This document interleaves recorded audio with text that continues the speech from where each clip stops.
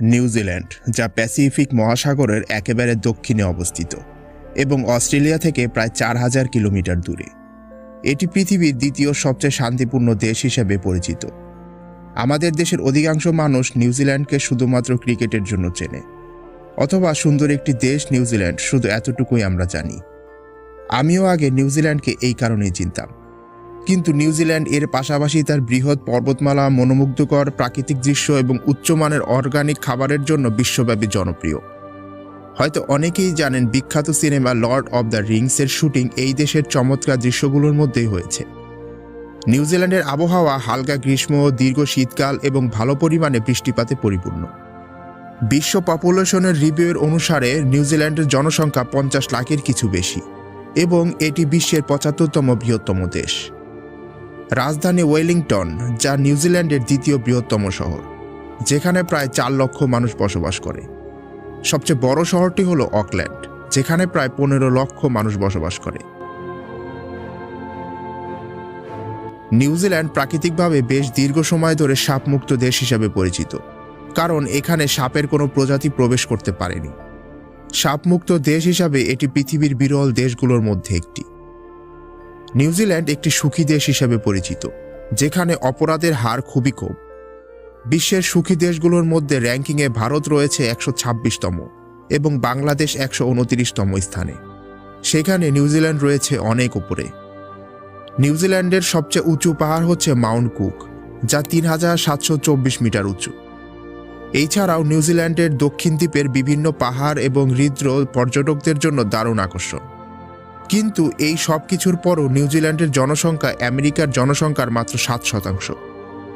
এত বড় দেশ, এত সুন্দর আবহাওয়া, প্রাকৃতিক দৃশ্য, কম অপরাধের হার, এত কিছুর পরেও কেন নিউজিল্যান্ড 80% জনশূন্য?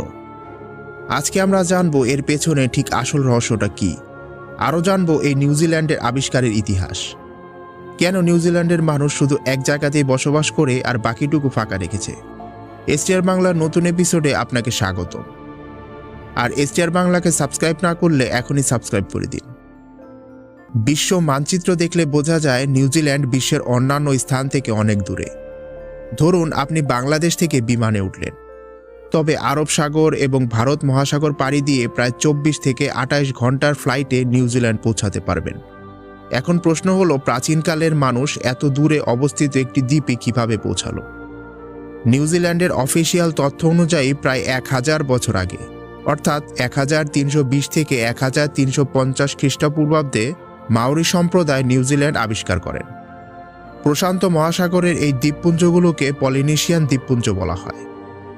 এই পলিনেশিয়ানরা বড় বড় নৌকায় চড়ে তাদের পুরনো দ্বীপ ছেড়ে নিউজিল্যান্ড চলে আসেন।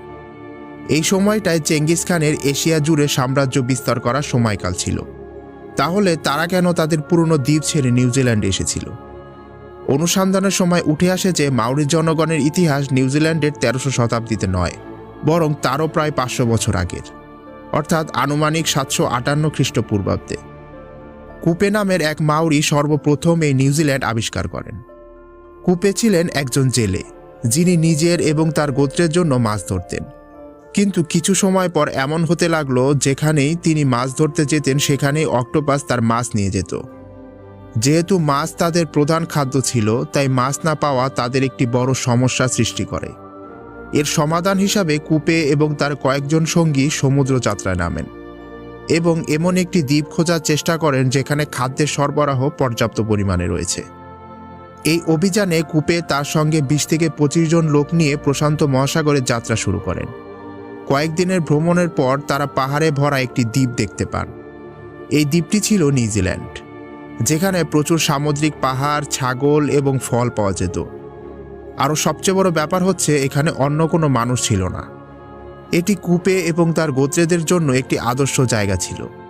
এরপর কুপে এবং তার কয়েকজন সঙ্গীকে পলিনেশিয়ানের দ্বীপে ফেরত পাঠান, যাতে তারা বাকিদের এই দ্বীপের কথা জানাতে পারে। এভাবেই মাওরি জনগণ নিউজিল্যান্ডে বসতি স্থাপন শুরু করে। 17 শতাব্দী পর্যন্ত মাওরি জনগণ শান্তিপূর্ণভাবে নিউজিল্যান্ডে বসবাস করছিল এবং তারা বিশ্ব থেকে এত দূরে ছিল যে তাদের কোনো শত্রু বা হুমকি ছিল না। কিন্তু এটি বেশি দিন স্থায়ী হলো না। পশ্চিমা দেশগুলো তাদের শক্তি বাড়ানোর জন্য সারা বিশ্বে ছড়িয়ে পড়তে থাকে।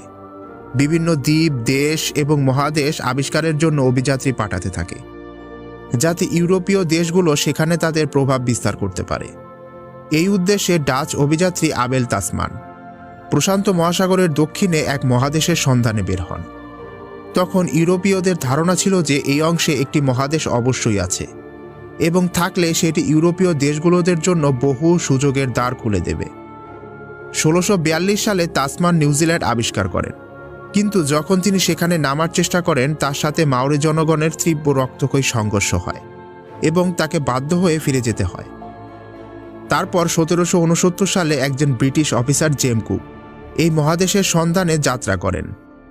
সেখানে আবারও তার সৈন্যদের সাথে মাওরি জনগণের তীব্র লড়াই হয়, যার ফলে অনেক মাওরি প্রাণ হারায়।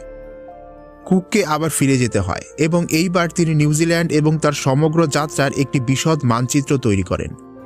এই মানচিত্রের মাধ্যমে 18 শতাব্দীতে ইউরোপিয়ানরা নিউজিল্যান্ডে আসতে শুরু করেন, কিন্তু এইবার তারা মাওরি জনগণের সাথে খুবই কৌশলে আচরণ করেন। ব্রিটিশরা মাওরিদেরকে ব্যবসা এবং লাভের প্রলোভন দেখায় এবং আস্তে আস্তে 100 বছরের মধ্যে ব্রিটিশরা নিউজিল্যান্ডকে সম্পূর্ণ নিয়ন্ত্রণে নিয়ে নেয়। 1840 সালে ব্রিটিশ ও মাওরি জনগণের মধ্যে একটি চুক্তি স্বাক্ষরিত হয়, যাকে ওয়াইতানজি চুক্তি বলা হয়। এই চুক্তির মাধ্যমে নিউজিল্যান্ড আনুষ্ঠানিকভাবে ব্রিটিশ সাম্রাজ্যের অংশ হয়ে যায়। তখন মাওরি জনগণের জনসংখ্যা ছিল 2 লক্ষ। তবে পরবর্তীতে 100 বছরের মধ্যে এই সংখ্যা বেড়ে যাওয়ার পরিবর্তে কমে 40,000-এ নেমে যায়। এর প্রধান 2টি কারণ ছিল। সর্বপ্রথম, যখন ইউরোপিয়ানরা নিউজিল্যান্ডে আসে তখন তাদের সাথে ইউরোপের সাধারণ কিছু রোগও আসে।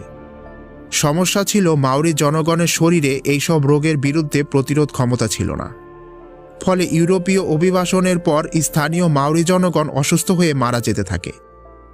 দ্বিতীয়ত, 19 শতাব্দীতে নিউজিল্যান্ড খুবই সহিংস স্থান হয়ে ওঠে। ওয়াইতাঙ্গি চুক্তির মাত্র 5 বছর পরই ব্রিটিশ ও স্থানীয় মাওরিদের মধ্যে জমির মালিকানা নিয়ে এক দীর্ঘ যুদ্ধ শুরু হয়, যা পরবর্তী 40 বছর ধরে চলে। এই যুদ্ধে অনেক স্থানীয় মাওরি নিহত হয়। অবশেষে এই লড়াই 1881 সালে শেষ হয়। যখন মাওরি জনগণের প্রধান নেতারা এই যুদ্ধে নিহত হতে থাকেন তখনই মাওরিরা পিছিয়ে যায়। এরপর ব্রিটিশরাও বুঝতে পারে যে স্থানীয় জনগণকে উন্নয়নের সীমার মধ্যে নিয়ে আসতে হবে, এছাড়া আর কোনো উপায় নেই। তাই এই যুদ্ধের পরপরই ব্রিটিশ সরকার স্থানীয়দেরকে নির্বাচন প্রক্রিয়া থেকে শুরু করে প্রতিটি উন্নয়ন প্রকল্পে সম্পূর্ণ অংশীদার করে তোলে। আর এইভাবে নিউজিল্যান্ডে শান্তি ও উন্নতির যাত্রা অবশেষে শুরু হয়। তবে আজ আমরা ভিডিও শুরুতে বলেছি নিউজিল্যান্ডের এত বড় অঞ্চল কেন খালি এবং সবাই কেন উত্তরের অঞ্চলগুলোতেই বাস করে। নিউজিল্যান্ডের দক্ষিণাঞ্চল পুরোপুরি খালি, কারণ এই পুরো এলাকা বসবাস বা নির্মাণের জন্য প্রায় অসম্ভব।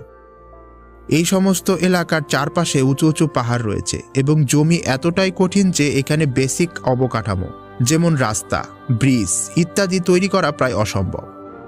পাহাড়ের এই দিকটার পূর্ব দিকের জমি অত্যন্ত শুষ্ক এবং উর্বরতা কম থাকার কারণে এখানে চাষাবাদও হবে না। এই কারণে নিউজিল্যান্ডের বেশিরভাগ জনসংখ্যা উত্তরের দ্বীপে বসবাস করে। জনসংখ্যার ঘাটতির এই সমস্যার সমাধানে নিউজিল্যান্ড সরকার দ্বিতীয় বিশ্বযুদ্ধের পর অভিবাসন নীতিগুলো শিথিল করে। দ্বিতীয় বিশ্বযুদ্ধের আগে নিউজিল্যান্ডে নন হোয়াইট লোকদের প্রবেশ নিষিদ্ধ ছিল এবং এই কারণে 1950 সাল পর্যন্ত নিউজিল্যান্ডের জনসংখ্যা থেমে থাকে। এরপর যখন এই বিধিনিষেধগুলো প্রত্যাহার করা হয়, এশিয়া বিশেষ করে চীন, ফিলিপাইন এবং ভারত থেকে মানুষ আস্তে আস্তে আসতে শুরু করে, আর নিউজিল্যান্ডের জনসংখ্যা আস্তে আস্তে বাড়তে থাকে। বর্তমানে নিউজিল্যান্ডের জনসংখ্যার প্রায় 27% অভিবাসী, বা এরা এমন মানুষ যারা দেশের বাইরে জন্মগ্রহণ করেছে। অভিবাসীদের বেশিরভাগই অকল্যান্ড এবং এর আশেপাশের এলাকায় বসবাস করে, আর এই কারণেই আজ অকল্যান্ড বিশ্বের সবচেয়ে কম সাশ্রয়ী দেশগুলোর মধ্যে একটি, কারণ এখানে জমি সরবরাহ কম এবং আবাসনের চাহিদা বেশি। এই সমস্যার সমাধানে নিউজিল্যান্ড সরকার এখন মানুষকে $8,000 পর্যন্ত ভর্তুকি দিচ্ছে, যাতে তারা অকল্যান্ড থেকে 100 কিলোমিটার দূরের এলাকায় চলে যায়। ফলে অকল্যান্ডের আবাসন বাজারের উপর চাপ কমবে এবং দাম স্বাভাবিক হবে। একটি খুবই মজার বিষয় হলো নিউজিল্যান্ডের পুরো কৃষি শিল্প প্রাণী মাংস রপ্তানির উপর নির্ভরশীল।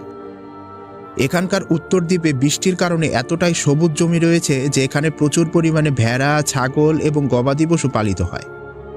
নিউজিল্যান্ডের জনসংখ্যা প্রায় 50 লাখের কাছাকাছি তবে এটি অনুমান অনুসারে এখানে ভেড়া ও ছাগলের সংখ্যা প্রায় ৩ কোটি।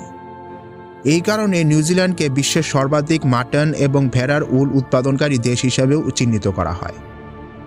অতএব বলাই যায় নিউজিল্যান্ড সবকিছুতেই স্বয়ংসম্পূর্ণ। তারপরও নিউজিল্যান্ডের প্রাকৃতিক অবস্থার কারণে এখানে জনসংখ্যা কম।